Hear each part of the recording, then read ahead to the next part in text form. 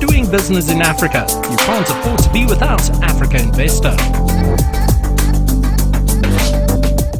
I'm now going to turn to four concluding speakers to give us their quick views. One that represents the global trillion pool of assets from the pension funds, Nick Firzli. Then I'm going to turn to Duncan Bonfield, who represents the global multi-trillions from the sovereign wealth funds. Jay Yoon, who's from New York Life Asset Management, and then Lawrence Yanovich from the One Planet group of the largest sovereign wealth funds around the world, to give us their views, because the reason they're on this call is because everyone is looking for a partnership. We just now need to create that base and speak more through tabling investable transactions that fit a format and a structure that people are familiar with. So over to you, Nick.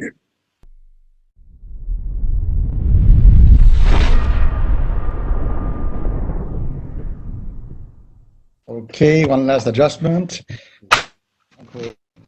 Okay, I think it's all good now from the audio video perspective. I'm aware of time, so I just want, as usual, as we say in French, I want to throw in a few ideas. And a lot of what I wanted to say today, actually, Eric and Vinko already said much more eloquently, so I don't want to repeat what my Dutch colleagues have already said, but I'm going to try to build upon what they said and throw in a few ideas, which are actually the following. So first, I think branding is important. So basically, a lot of what we discussed today, is really ad hoc, tailor-made financial instruments that are made by experts and for experts. So basically, these are not like plain vanilla, with all due respect, not plain vanilla instruments, because in essence, if you are an asset owner, if you are an insurance company or a pension fund, let's say in Edinburgh or Montreal or Vancouver, going to African assets in itself is fairly exotic. And then moving beyond listed equity or listed, bonds in African jurisdictions is even more complicated and exotic. So basically, what I'm getting at is that these are viewed, rightly or wrongly, as fairly exotic and complicated and fairly risky, I guess, and illiquid, blah, blah, blah, assets by many Northern Hemisphere institutional investors. So all the more if you're trying to tap into a huge pool of potential money that could go into Africa, which is the money, the savings of North American, Australian, Singaporean, European middle class. A lot of that savings goes into, mutual funds and life insurance products, and like really trillions of dollars. And if only some part of that money could be tapped by, African trade facilitation and infrastructure finance instruments, the world would certainly be a better place. So basically, even a small, and I think we discussed this over a cup of coffee at the NASDAQ, Hubert, 4 or 5 years ago, if only a small percentage of these trillions could be diverted or steered towards Africa, that would be great. Now, that's why I'm saying that branding is important. So everything that Eric and Vinko and the others said is perfectly true. And I think there needs to be some degree of branding and facilitation. So what do I mean by some degree of branding and facilitation, to use fancy French words, long words?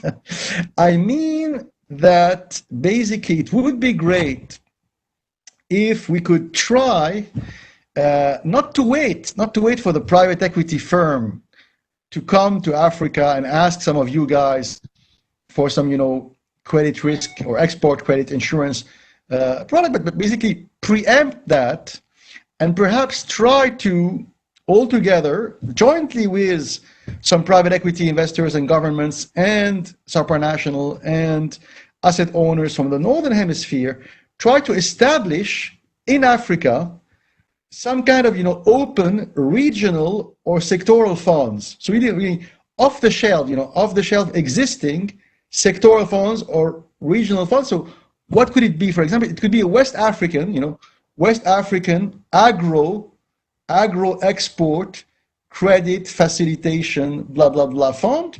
And you could have a fund number one, fund number two, etc. And so basically these pension funds or these healthy, high net worth individuals in Holland or Scotland or Quebec, if they want to put, 1% or 0.5% of their money into, West African, ESG oriented, SDG compliant, agro industry, trade facilitation, they would find an existing off-the-shelf platform or fund which has been, preordained, pre-screened, pre-analyzed by experts like you guys, and stamped as being a kosher or halal or whatever, or ESG compliant, fund, and so that would facilitate these money flows. And one more thing I want to say is that we're in the middle of a perfect storm. So it is a perfect storm, and the world is collapsing, and it's the end of the world. But the flip side of that coin is something good may come out of it. What do I mean by that? Is that the crisis is probably accelerating the rise of SDG and ESG in New York, Washington, D.C., London, Berlin. So even amongst so-called, conservative, so-called, right-wing or reactionary, quote-unquote, policymakers who until recently may have been completely hostile to the notion of ESG or SDG on account of it being a tree-hugging, liberal, whatever, left-wing, fuzzy idea. Even them are converting in droves to that notion of ESG-driven capitalism or fiduciary capitalism. And so that is really being accelerated by the crisis. The Chinese-American rivalry, you could say, oh my God, and I think today many financial markets the world over are collapsing because people are realizing that Chinese-American rivalry may have an impact in terms of trade finance and in terms of consumption patterns the world over. But at the same time, even there, something good may come for Africa, because you know what, if there is an increased geoeconomic rivalry between Beijing and Washington, D.C., this rivalry will not be settled by cruise missile or nuclear missiles. It will be settled by an increased, accelerating economic and financial race. And guess what? Africa, being right in the middle, could actually benefit from that increased Sino-American financial rivalry. So I think, honestly, even though it's a crisis and in the very short term things may look depressing and stressful, I think because of the demographic, macroeconomic, financial dynamism that Africa has going for her in the coming quarters, in the coming years, a lot of good things could come. And I'll conclude on that. We need to make an effort in terms of facilitation and branding. So try to come up with these, I would say, sectoral, focusing on particular economic sectors, such as, export-oriented agriculture or social healthcare, blah, blah, blah, blah, or modern transportation, and focusing also on regional blocks. And I like what my Egyptian colleague said earlier about, these regional financial, economic trading blocks.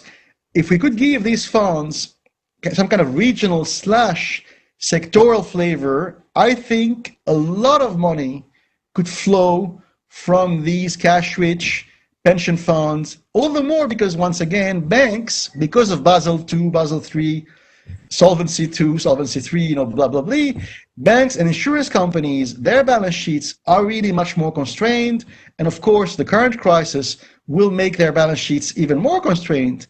So where will the money come from? It will come from asset owners, and they have the money and they have the will to put it in emerging and frontier markets. So I think, to make a long story short, all the stars are aligned, and I want to commend you guys for all the work you're doing, and merci beaucoup. Bravo, Hubert. Doing business in Africa. You can't afford to be without Africa Investor.